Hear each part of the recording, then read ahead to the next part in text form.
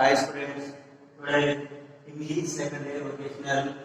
Today we are going to start prose lesson Dancing in the Rain. Today we are going to start the prose lesson Dancing in the Rain from the prose first lesson, page number 1, written by Ashim Premji. Written by Ashim Premji. Dancing in the Rain. Dancing in the Rain written by Ajib Premji. Dancing in the rain అంటే ఏంటి అంటే వర్షంలో dance చేయడం లేదా నృత్యం చేయడం. ఎవరైతే చిన్నపిల్లలు ఉంటారో వాళ్ళు న్యాచురల్ గా చాలా ఉల్లాసంగా ఉత్సాహంగా ఆనందంగా సంతోషంగా డాన్స్ చేయడం వల్ల చిన్నపిల్లలు వాళ్ళు మానసికంగా శారీరకంగా దృఢంగా ఎదుగుతారని అజీబ్ ప్రేమ్ యొక్క ఉద్దేశము. Dancing in the rain written by Ashim Premji.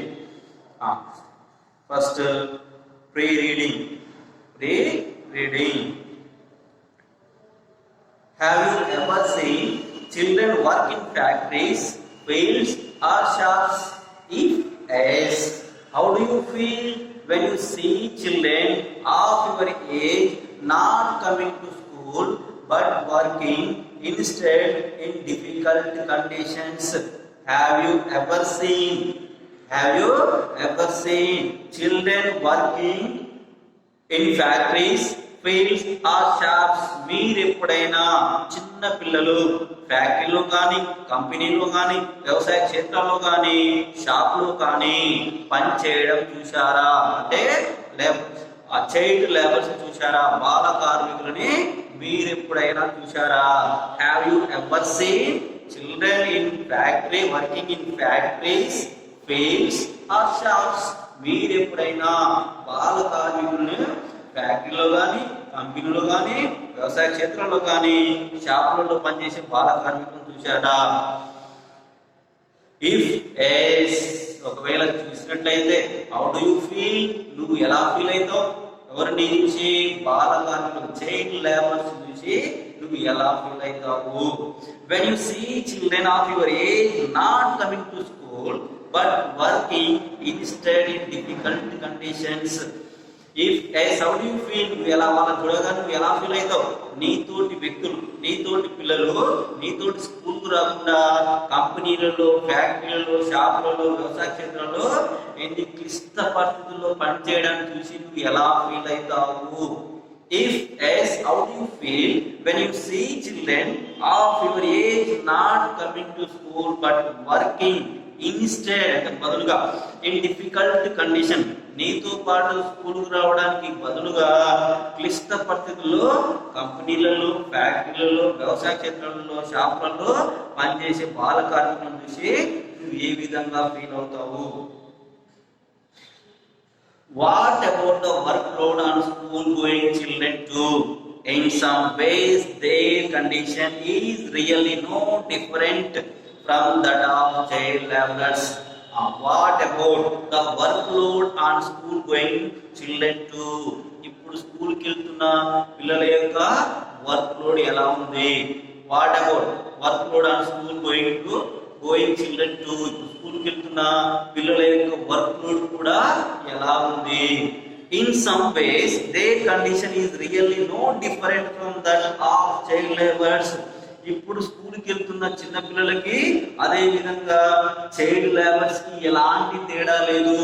ప్రస్తుతం ఇప్పుడున్న స్కూల్కి వెళ్తున్న పిల్లలకి కంపెనీలలో, ఫ్యాక్టరీలలో, షాప్లో పనిచేసే చైల్డ్ లేబర్స్, బాల కార్మికులకి ఎలాంటి డిఫరెన్స్ లేదు, ఎలాంటి తేడా లేదు. ఇద్దరికి కూడా సమానంగా వర్క్ లోడ్ ఉంది అని అజీబ్ ప్రేమ్ యొక్క ఉద్దేశము. Think about it and read on to find out more. Think about, ఈ బాల కార్మికుల గురించి ఆలోచించండి. and read on to find out more, కింద చదివి ఇంకా ఎక్కువ తెలుసుకోండి. about the author, మన రచయిత గురించి తెలుసుకుందాం. Ashim Premji, the chairman of Wipro Limited, is an Indian business tycoon and philanthropist Born on 24 July 1945 in Mumbai, Azim Premji devotes a lot of time and resources to improve the education system in India. పూర్తి పేరు అజీం ప్రేమ్జీ. ఎవరైతే the chairman of Wipro limited, Wipro కంపెనీకి chairman అన్నమాట. భారతదేశంలో ఉన్న గొప్ప software కంపెనీలో Wipro company కూడా ఒకటి. ఇతడు భారతదేశంలోనే గ్రేట్ బిజినెస్ మ్యాన్, గ్రేట్ గొప్ప వ్యాపారవేత్త. Is an Indian business tycoon and philanthropist. Philanthropist అంటే మానవత్వవాది లేదా పరోపకారి. ఫిలాంథ్రోపిస్ట్ అంటే మానవత్వవాది లేదా పరోపకారి. Azim Premji the chairman of Wipro limited. భారతదేశంలో ఉన్న సాఫ్ట్వేర్ కంపెనీలలో గొప్ప గొప్ప కంపెనీలో విప్రో కంపెనీ కూడా ఒకటి. ఆ విప్రో కంపెనీకి చైర్మనే Azim Premji. And born on 24 July 1945 in Mumbai నగరంలో 1945 జూలై 24. ఇప్పుడు ముంబై నగరంలో 1945 జూలై 24న ముంబై నగరంలో జన్మించాడు. ఎవరు? అజీం ప్రేమ్జీ.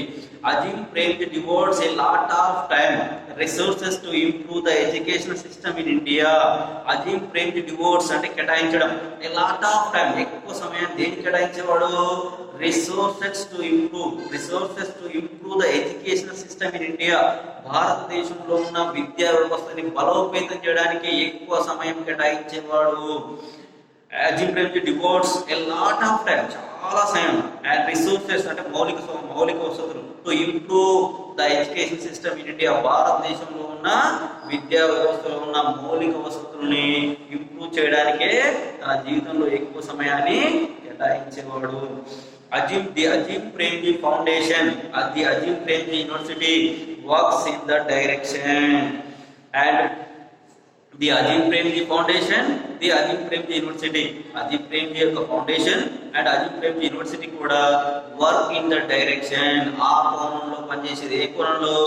భారతదేశంలో ఉన్న విద్యా వ్యవస్థని డెవలప్ చేయడం కోసం, ఇంప్రూవ్ చేయడం కోసమే మాత్రమే ఇది పనిచేసేవట. అవేంటివి? Azim Premji foundation, the Azim Premji university work in the direction, ఆ కోణంలో మాత్రం పనిచేసే. Premji speeches and articles on education and motivation are insightful and inspirational. Azeem Premji speeches అంటే అతని యొక్క ఉపన్యాసాలు, అండ్ ఆర్టికల్స్ అంటే వ్యాసాలు, ఆన్ ఎడ్యుకేషన్, విద్యా వ్యవస్థ మీద, ఎడ్యుకేషన్ మీద ఇచ్చిన స్పీచెస్ కానీ, ఆర్టికల్స్ వ్యాసాలు కానీ అందరినీ మోటివేట్ చేసే విధంగా, అందరికి జ్ఞానోదయం కలిగే విధంగా, అందరినీ ప్రేరేపించే విధంగా అతని యొక్క స్పీచెస్ కానీ, అతని యొక్క వ్యాసాలు కానీ ఉండేవి. Completed the about the author. Now we are start the lesson, the text. Page number 2, para 1. One often hears of the high prevalence of child labor in our country. Of many reports I have read, perhaps the most disturbing was a report on the condition of children employed by Jari factories in Delhi, Mumbai and other parts of India. One often hears, నేను తరచుగా విన్నాయి. One often hears of the high prevalence of child labor in our country.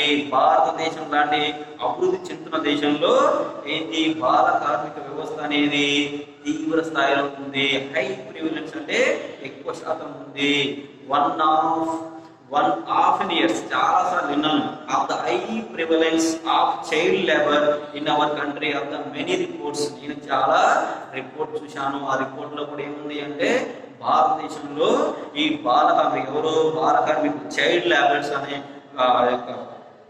Child labours అనే వాళ్ళు ఎక్కువ శాతము భారతదేశంలో ఉన్నారు అన్న reports Azeem Premji విన్నాడు.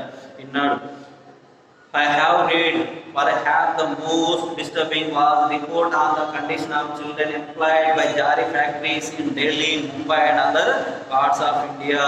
ముఖ్యంగా చాలా డిస్టర్బ్ అయిన ఒక రిపోర్ట్ ఏంటి అంటే, ఈ జారీ అనే ఫ్యాక్టరీలో పనిచేసే వాళ్ళ శాతం, ఈ బాల కార్మికుల శాతం జారీ అనే ఫ్యాక్టరీలో బాల కార్మికులు పనిచేసే శాతం వల్ల చాలా ఎక్కువ ఉందట. ఆ రిపోర్ట్ చూసి తాను చాలా డిస్టర్బ్ అయిందట. ఈ జారీ ఫ్యాక్టరీస్ ఎక్కడ ఉంటాయి? Delhi, Mumbai and other parts of India. Delhi, Mumbai కాకుండా భారతదేశంలో ఉన్న ఈ యొక్క సిటీస్ లో కూడా ఈ యొక్క జారీ ఫ్యాక్టరీస్ ఉన్నాయట.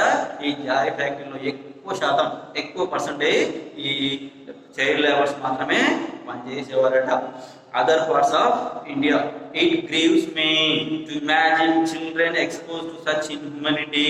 అది నాకు చాలా బాధ అనిపించింది. ఇప్పటికి కూడా అభివృద్ధి చెందుతున్న భారతదేశంలో ఇప్పటికి కూడా ఈ చైల్డ్ లేబర్, బాల కార్మిక వ్యవస్థ అనేది ఇంత శాతం ఉండడం చూసి నాకు చాలా బాధ అనిపించింది. ఇది చాలా ఇన్హ్యూమనిటీ, అరాచకం అని చెప్తున్నా అన్నమాట.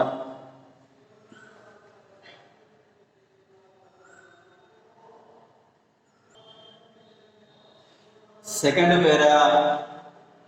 para, robbing children of their childhood is a criminal act and our society must weed this malice out from the root. But where does the root lie? Before attempt an answer, let me give an anecdote from the other end of the social spectrum. Robbing children of their childhood is a criminal act. చిన్న బాల్య దశని, ముఖ్యంగా ఈ బాల్య దశని దోచుకోవడం, ఈ కంపెనీలు కానీ ఫ్యాక్టరీలు కానీ ఈ బాల కార్మికులను దోచుకోవడం అనేది తీవ్రమైన నేరం, కఠినమైన నేరం చెప్తున్నాడు. Robbing children of they childhood is a criminal act and our society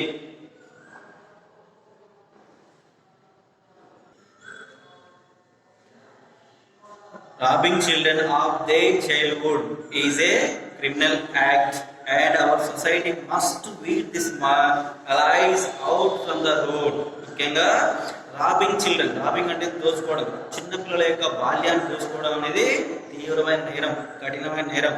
hour society must weed this malaise out from the road. ఈ బాల కార్మిక వ్యవస్థని ఈ యొక్క సమాజం నుండి వచ్చింది కాబట్టి ఈ సమాజంలో లేకుండా వేలతో సహా ఈ యొక్క బాల కార్మిక వ్యవస్థని, బాల చైల్డ్ లేబర్ని వేలతో సహా నిర్మూలించాలి, వేలతో సహా నిర్మూలించాలి. But where does the rule లై? ఎలా నిర్మూలించాలి? Before attempt an answer, let me give an anecdote from the other end of the social spectrum. Before attempt an answer, నేను వేసిన క్వశ్చన్ కి సమాధానం చెప్పే లోపు let me give you an anecdote from the other end of the social spectrum. మీకు ఒక చిన్న కథ చెప్తాను. దీనికి సంబంధించి చైల్డ్ లేబర్కి సంబంధించి, బాల కార్మికులకు సంబంధించి ఒక చిన్న కథ చెప్తాను, వినండి.